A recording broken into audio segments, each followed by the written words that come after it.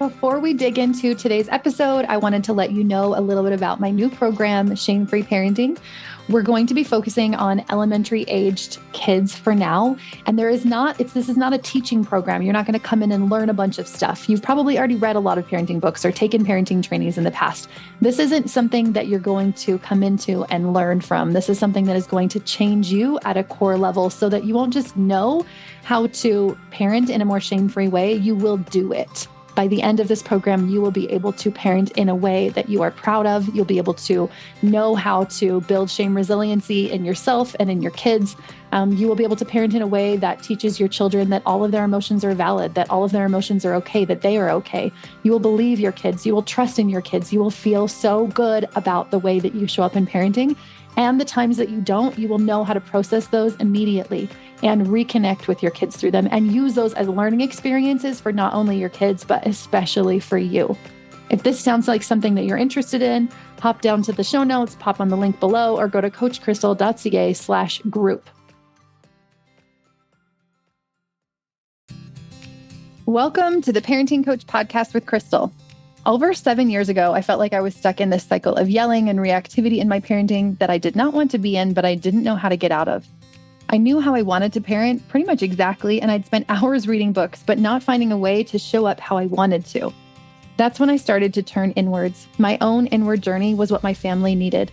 As I changed, everything around me changed. My kids' meltdowns decreased by 90% or more with no medications or therapy. I stopped yelling, sibling fighting became almost entirely non-existent, and I found that this change flowed into other areas of my life too.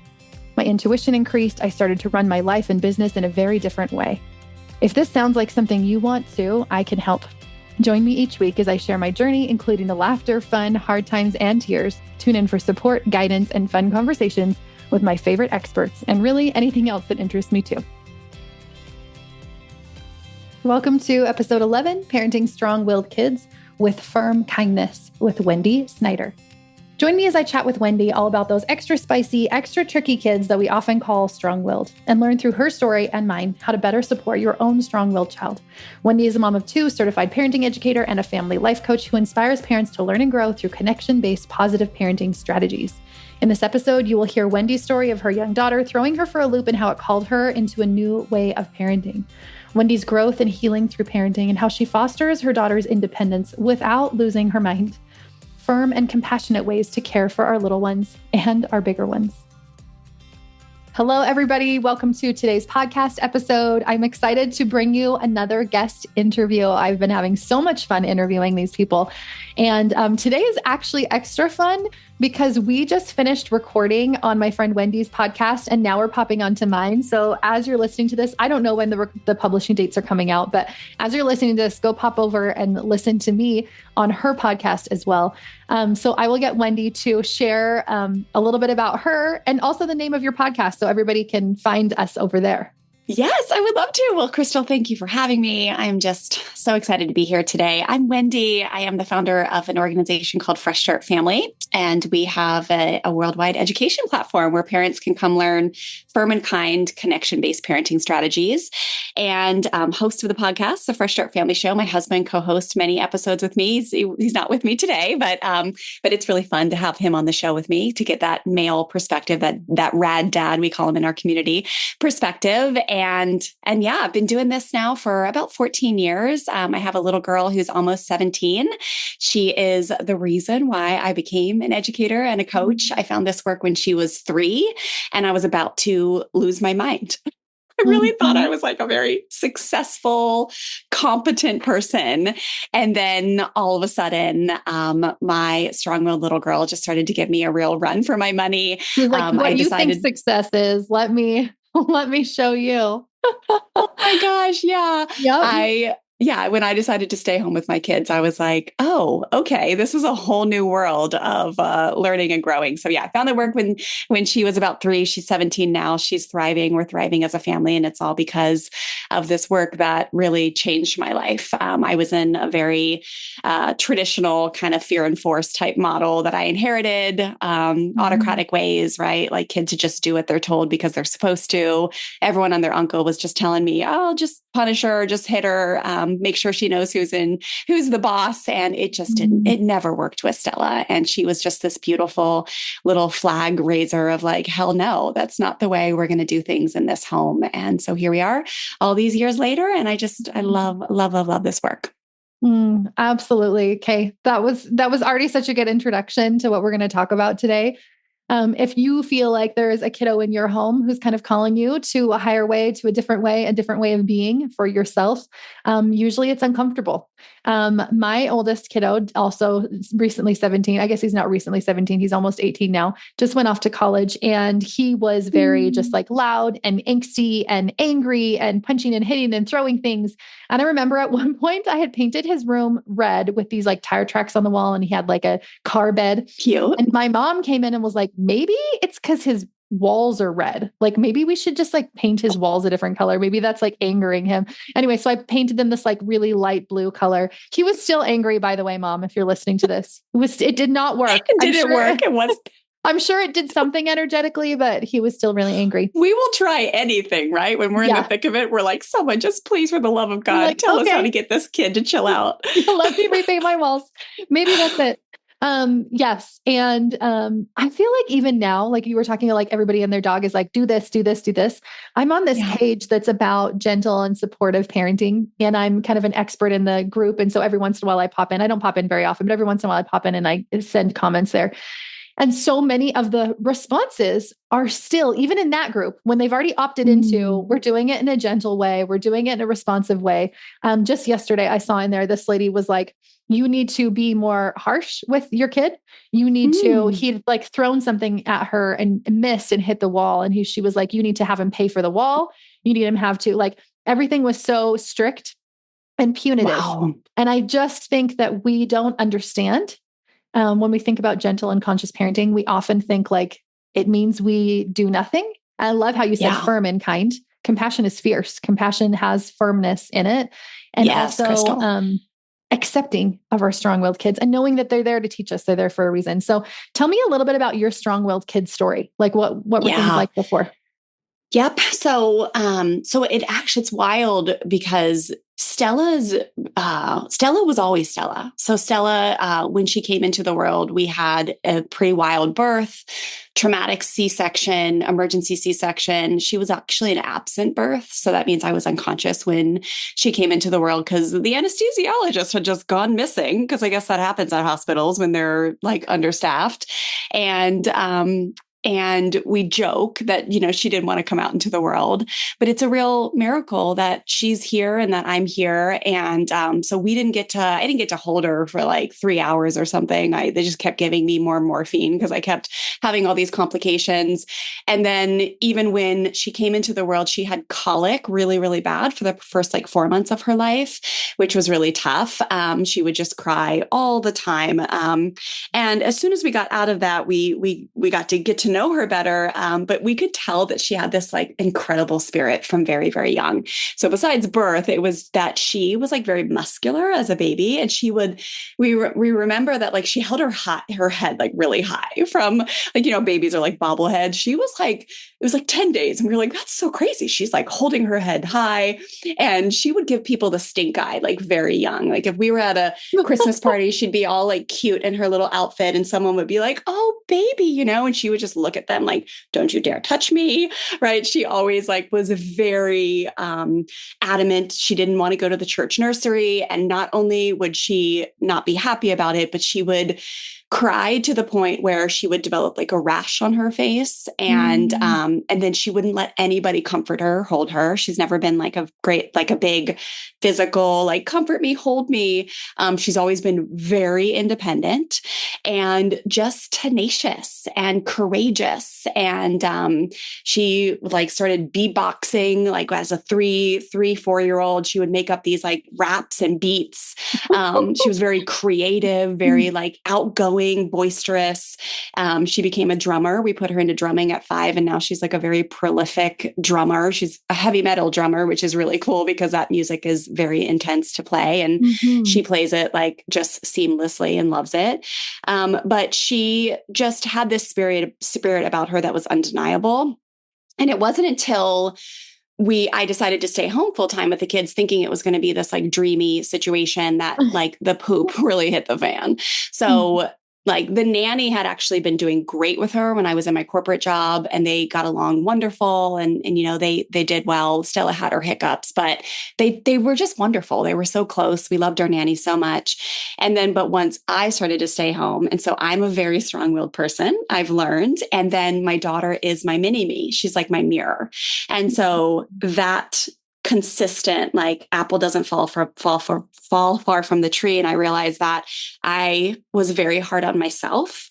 And so I was really good at being hard on myself. So I was very good at being hard on Stella. And I had that traditional concept, what I call the inherited parenting model, which was like, you just tell a kid what to do and they listen, right? Like I was immersed in religious circles that were all about instant obedience. And if a child doesn't listen, you just hit them. That's what you do. You make sure they know who's boss. And just nothing was working. She was in timeouts 50 times a day. She was always very, very kinesthetic. So she's a high level beach volleyball player and is in the running for a D1 beach volleyball scholarship right now. And so she was the pusher. She was the biter. She was the kicker. And all the traditional stuff I was trying, whether it was timeouts or punishments or spankings, she just blew the heck up. Like she just came at me. Like she did not, submit. She wasn't like, I'm so sorry, Mom. Like it was just so awful. It was awful. And before long, I just really didn't even want to spend my days with her. I was like, I remember kissing my husband goodbyes. He would leave for work. And I'm like, do you really have to go? Because I don't know what I'm going to do with this little girl. I had a second son at the time who also had colic. And we all know that transition to 2 is really rough. And especially with the strong-willed ones who don't always welcome their little siblings with joy into the world. And it was just rocky. And so more than rocky, I was soon like behind closed doors. I was pretty depressed. I was hopeless. I was angry. Like I had a lot of rage. I had a lot of slamming doors. Postpartum rage, by the way. Like if you're in the mode, like I don't think they talked about that like back when, because I have had my son right around the same age you had your daughter. That they're like postpartum depression is like you can't get out of bed and you just lay there and you're sad all the time and whatever. And so they, and anytime the nurses or doctors would check in, I'd be like, well, I don't have that. So I guess I'm good. Yeah. But so much rage. I can see so much. Such a similar story. Like, Same issues, same strong-willed kiddo. And my son, same as yours, like it would be very much like just more behavior, like more negative behavior. And I remember giving him a timeout one time and he kicked the wall so hard that he punched a hole through it. And I remember being like, this isn't in the parenting books. Like, what do I do now? And I tried to send him to nursery and he punched a kid in the face. The first day, he punches a kid in the face. So I'm like, I don't want that kid. I don't want the bully kid. Like we're at the playground and he's the one pushing kids into the dirt. And I'm like, why, how do I have this one? So this is interesting that it's like, yes, he's totally, totally different now, but same as you, felt very much rage, sad, depressed behind closed doors for sure. And what was your kind of transition? Like, I know where you're at now, because we've talked for a bit and we'll talk about that in a little bit too, but how did you get where you are now? What was your kind of... So I took Stella to preschool, and the sweetest, like life-changing preschool on the planet, San Diego United Methodist Preschool. They're called S Dumps. I think it's the funniest here. I'm in San Diego, California. S Dumps. And she was going to school. I was getting phone calls quite often from her teacher's name is Miss Ann. And she was like, Wendy, I'm so sorry, but you got to come pick Stella up early. She's having trouble keeping her hands to herself after lunch. So she was like 3.5 at the time. And, again, just mortified and enter in shame, which is your specialty, which I didn't know at the time. But it was, if you have a misbehaving child, that means they're a bad child, which means you're a bad parent. Right. Yes. So I was just like, this sucks. Yeah. And then one day I walked in and there was like this board that was like free parenting class. And I was like, oh, childcare. And grandma at the time was like, my angel, still is my angel, took care of my little boy. And I went and sat in this class. And all of a sudden I started to learn these concepts that were so different than how I'd been raised.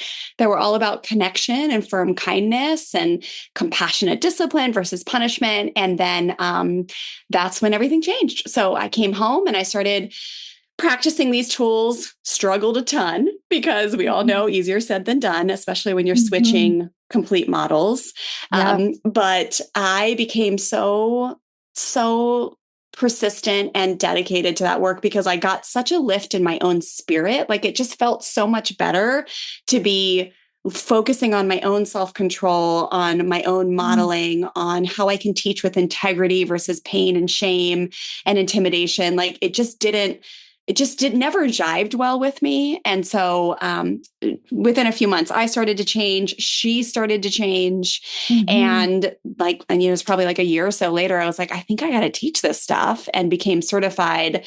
And then, and I ended up just going back to that free class over and over again for years. They offered that free class twice a year with a teacher. Where was this magical free class? Because I feel like the parenting classes that were being taught when my son was that age were still very shame-based. So like, where did you find this? What was it called? Isn't that amazing? It is. It was such a blessing. So at the time they were teaching it called Redirecting Children's Behavior. And the teacher who was teaching it became a good friend. She actually teaches for me now in my programs, my deep healing program called Freedom to Be. Her name's Susie Walton, but she taught that class at S Dumps for 25 years. And then the crazy thing is I got a call last fall, and I 99% of my work is online because I help people all over the world. And I got a call from Miss Ann, who is now the director of that preschool. And she was like, hey, I saw your name at church. I'm like, you're hosting a small group. She's like, we would love it if you came back and started teaching. Cause my old friend, Susie, she retired. She's like, has 12 grandkids now. And they were like, we'd like you to come back and be the teacher. So right now, as we're recording this, I'm like session 2 out of 4 of teaching this class at this sweet little preschool here in Southern California. And now I teach my course. So I have a course called the Foundations course that we do instead of Redirecting Children's Behavior. But yeah, they provide it for the families, and they've been doing this for like 30 years. They got out of it during COVID, but it's now we're back. That it's like compassionate based, like that's usually not the norm that's being taught. Yes. In Southern California, for sure, we have a lot. And this is a United Methodist church, which gets things a little more on par versus like I find a lot of the evangelical churches.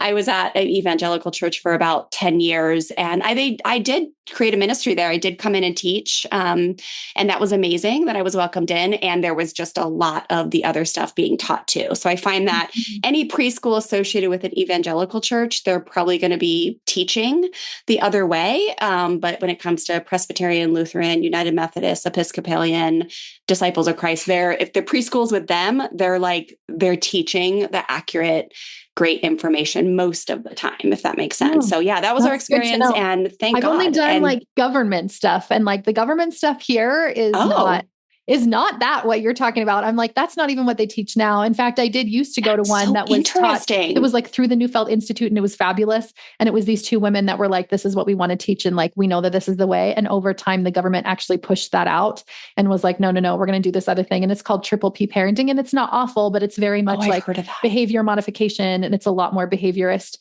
and definitely not the compassionate discipline type way of doing things. And it's just interesting that the government said, like, across the board, I live in Canada, so across the board in Alberta, like, this is now what is being taught.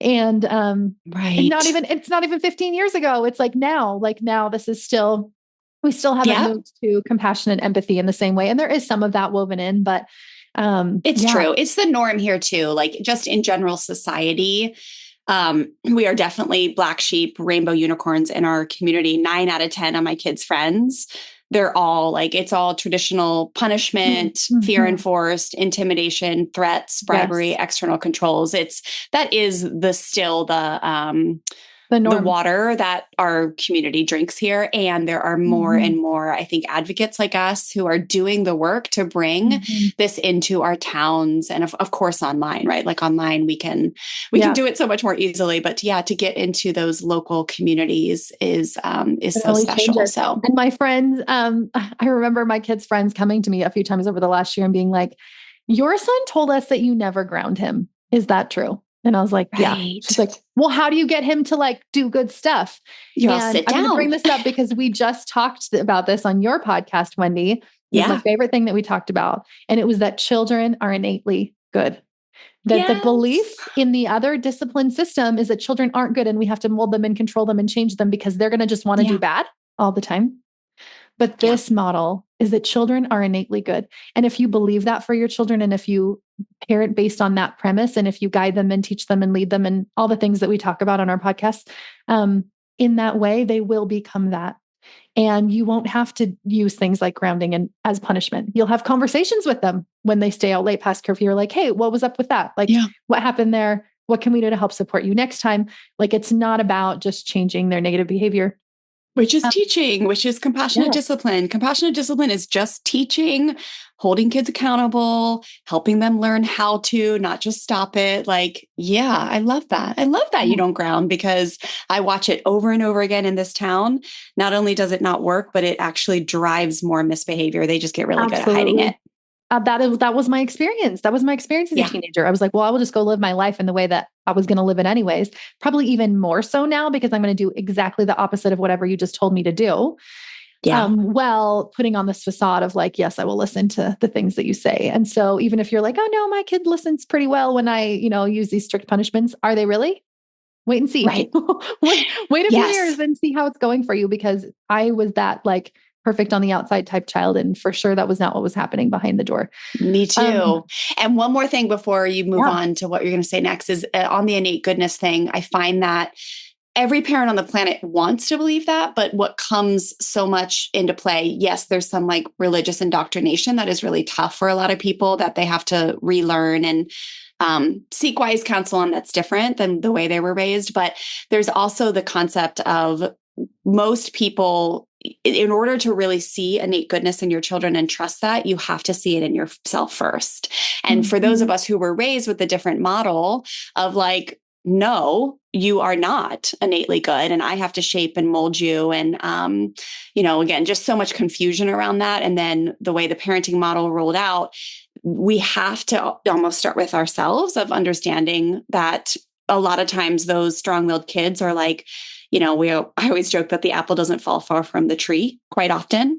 And so many times parents skip that if they are really like, they come from a background where it's like, you were such a pain in the butt. I don't know if we're a cursing show or not. You were such a pain in the butt, and you're going to get what's coming for you when you have kids, and you'll get payback, right? Like, ha, ha, ha, ha, ha.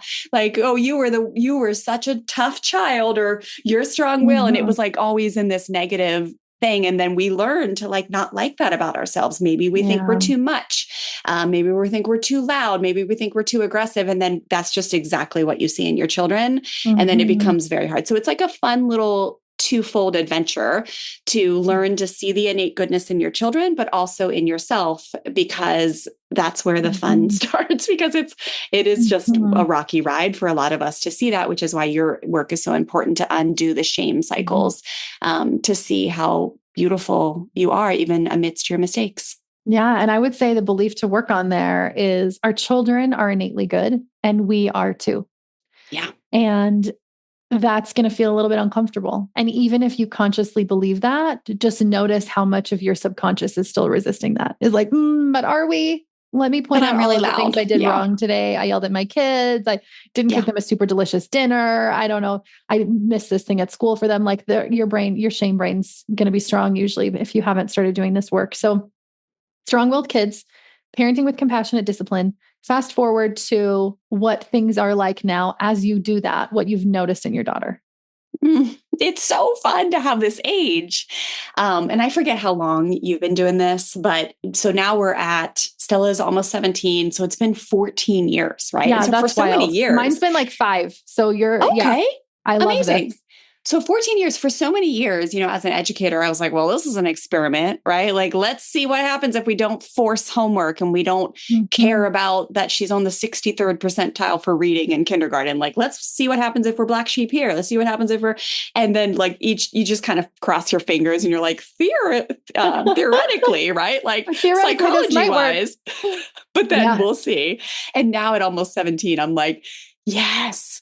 Thank you, God. It not only worked, but like you get to like see it and it's just glory. And so, what are things like now? So, as far as things like self-control, right? Like that was something that when my daughter was 3 and, or as a toddler, I was just like, whoa, what is going to happen? Are people going to like her?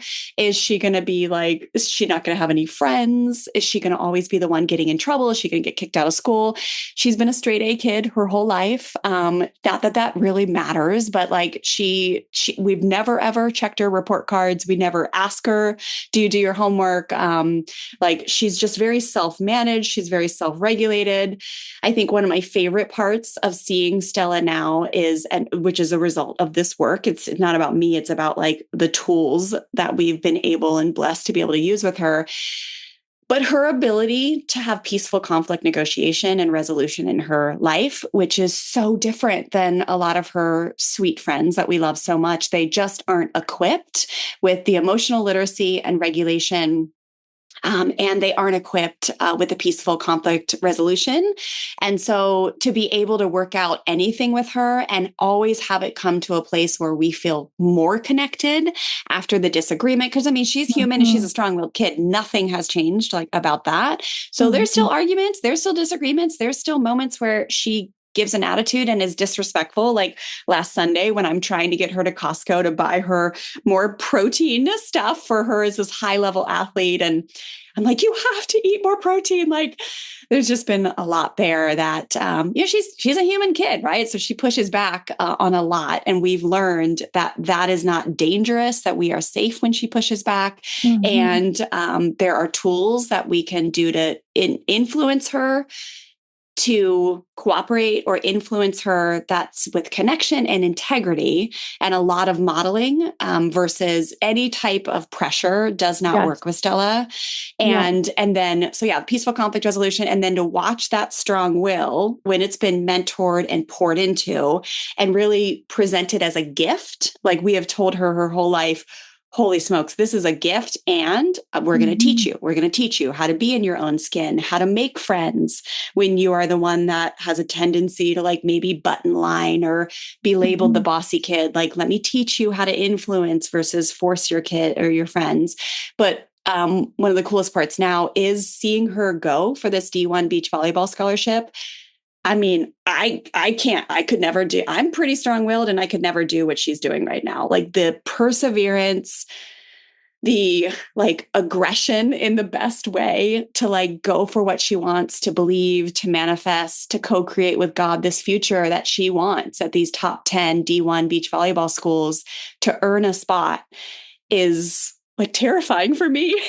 But to watch her go for it, like that to me really represents and she's able to recover really well. Like if she gets an email that she's not in the top 3 at a place, or she might not make the team, or she doesn't take gold at a tournament, she recovers fast. She learns from her mistakes without the shame component. So those are just a few aspects that highlight the tools and the work. It's because this isn't about me. It isn't about me doing some great job. It's just the tools really work to create a human being that's thriving and living in their true nature of glory. Yeah. And that knows how to like come back after failure, right? Like that's so huge. And I see that in my son also. I had somebody message me that was just like, how did you create this kid? Like, what is it that you did? Why is he so great? He's just really fabulous. And I said, your kids are too. I said, the hardest part is just believing that they are. It's helping us remember that they really are and leaning into that belief. And because as I believe that for him, that is what manifested.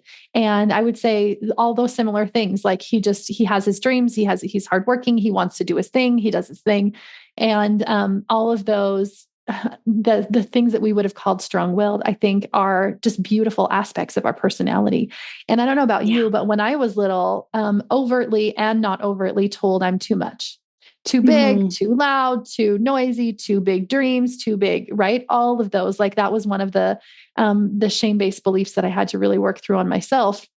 And I think that it's easy to have for strong-willed kids because we're like, they are too, they're too bossy, they're too loud, they're too whatever, they're too noisy, their emotions are too big. And when we believe that for them, then they create that belief for themselves. They're like, maybe it's not okay to be me.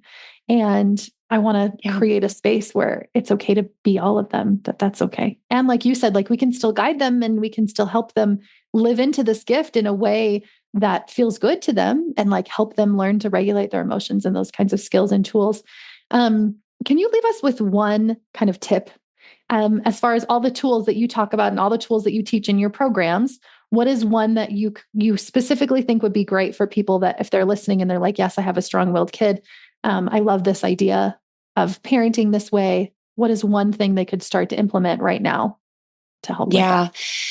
Well, it's like, there's so much that you can do on a daily basis to empower your kids, like give them plenty of opportunities to feel powerful, because that's one of our biggest needs as human beings is to feel powerful, to belong. So they demand it out in the world less. And then there's so many ways that you can dissolve power struggles, which is like when you're like, hey, do this. And they're like, no, there's lots of stuff that we teach there. It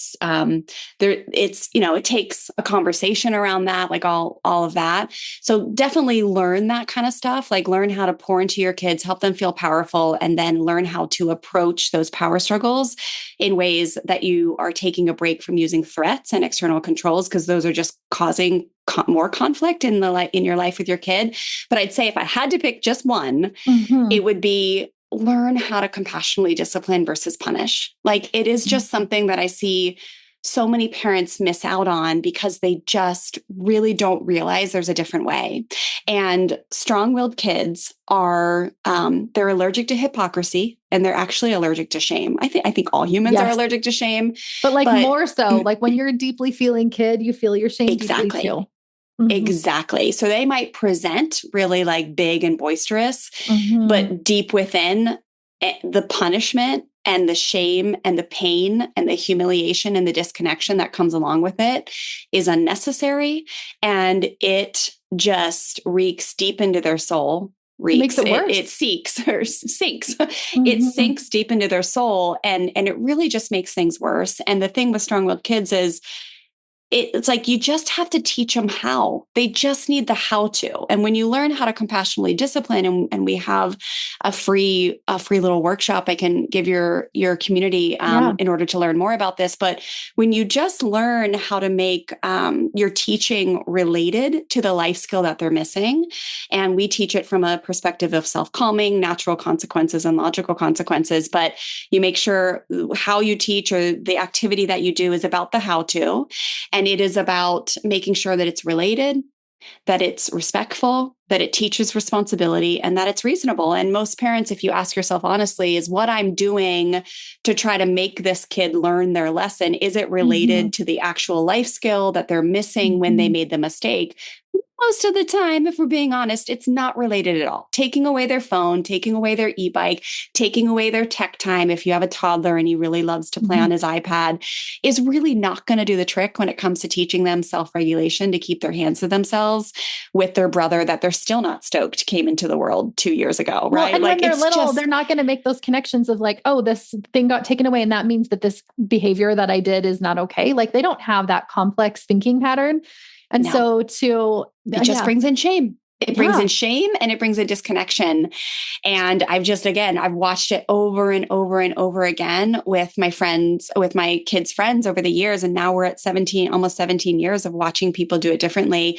And it's just really, really apparent how effective it is when you just switch your model and you'll draw closer to your kid. You'll start to realize that mistakes are just opportunities to learn. And the thing with strong-willed kids is they are the kids that learn by doing. And it sucks. I wish, learn by failing, learn by making all the mistakes, learn by just making not their the friends cautious mad. kids. Like my little guy, he's the one that has separation anxiety. He's almost 14 now, but he's happy by my side. He's like still just somewhat like a little bit thinks really before he does. Strong-willed kids are just different.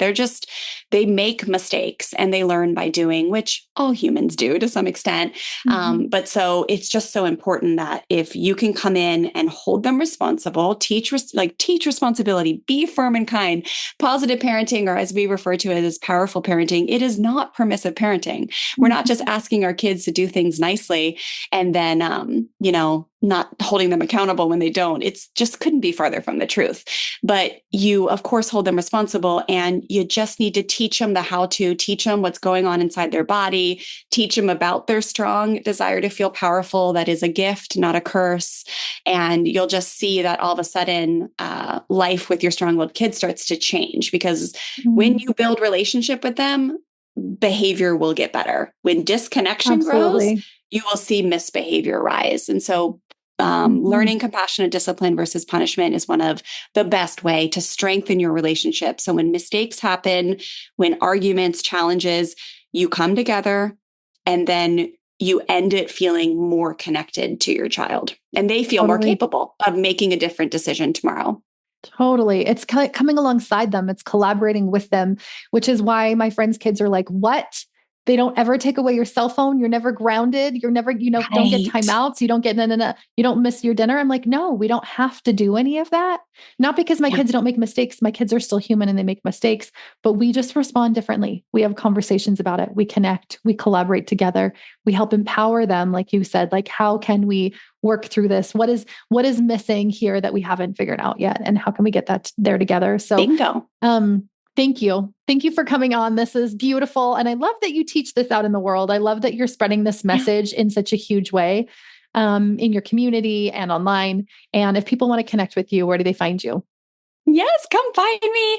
The podcast, as we said at the early of the show, Fresh Start Family Show. Instagram is at Fresh Start Wendy. I do some aromatherapy education at Fresh Start Wellness Collective over on Instagram. And then the free discipline class is freshstartfamilyonline.com/discipline. It's just a 1-hour workshop, super easy to get done, learn some new skills, go about your day. So come find me and let's learn together. Thank you. Thank you for being here, Wendy. Thanks, Crystal. If you enjoyed this episode as much as I did, I would love for you to help spread the word by getting this message of support and guidance out to as many people as possible. So text it to your best friend or tag me on Instagram and share it. Leave a review, rate it, subscribe it, or follow on your favorite platform. Send me a DM on IG letting me know which parts have impacted you or what you'd like to see on future episodes. We'll see you next week.